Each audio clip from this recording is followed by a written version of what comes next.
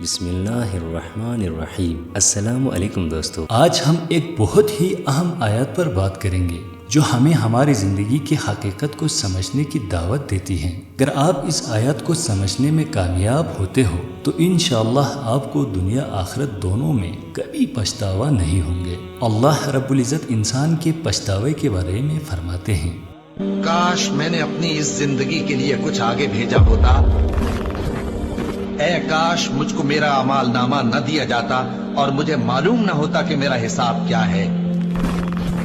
اے کاش موت میرا کام تمام کر چکی ہوتی، آج میرا مال میرے کچھ بھی کام نہ آیا۔ کاش میں بھی ان کے ساتھ ہوتا تو مقصد عظیم حاصل ہوتا۔ اے کاش ہم پھر دنیا میں لوٹا دیے جائیں۔ کاش میں اپنے پروردگار کے ساتھ کسی کو شریک نہ بناتا۔ اے کاش میں نے پیغمبر کے ساتھ رستہ اختیار کیا ہوتا۔ کاش میں نے فلاں شخص کو دوست نہ بنایا ہوتا۔ اے کاش ہم اللہ کی فرما برداری کرتے اور رسول صلی اللہ علیہ وآلہ وسلم کا حکم مانتے۔ اے کاش میں مٹی ہوتا۔ یعنی موت کے بعد انسان کو معلوم ہو جائے گا کہ میری اصل زندگی تو یہ ہے جو اب شروع ہوئی ہے۔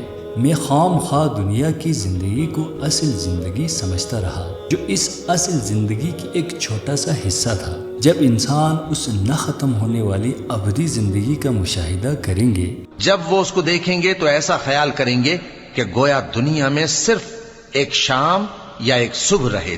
دراصل انسانی زندگی عالم ارواح سے شروع ہوتی ہے اور دنیا سے ہوتی ہوئی ابد الابد تک جاتی ہے۔ انسان کو اس حقیقت کا ادراک ہونا چاہیے کہ اس کی دنیاوی زندگی اس کی نہ ختم ہونے والی زندگی کے تسلسل کا ایک چھوٹا سا حصہ ہے، اور یہی چھوٹا سا حصہ نہ ختم ہونے والی زندگی کا فیصلہ کرے گی، وہ عیش و آرام میں گزرے گا یا جہنم کے عذاب میں۔ لہٰذا اس دنیا کی ہر لمحے کو قیمتی سمجھ کر، ہر نئے دن کو ایک نیا موقع سمجھ کر اپنے اعمال کو بہتر بنانے کی کوشش کرنی چاہیے اور اللہ رب العزت کی خوشنودی حاصل کرنے کی کوشش کرنی چاہیے۔ اللہ سے نیک عمل کرنے اور برائیوں سے بچنے کی توفیق عطا کرنے کی دعا کرتے رہنا چاہیے، کیونکہ اللہ ہی کی توفیق سے ہم نیک اعمال عمل میں لاتا اور برائیوں سے بچتے ہیں۔ مگر اس کا احساس ہمیں اس وقت ہونے کا کوئی فائدہ نہیں جب ہماری زندگی ختم ہونے کے قریب ہوتی ہے یا موت کی بات ہوش آئے۔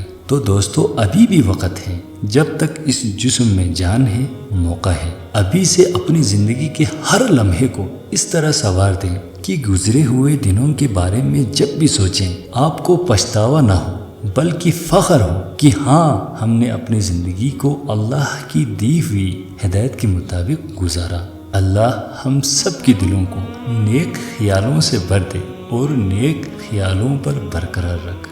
آمین۔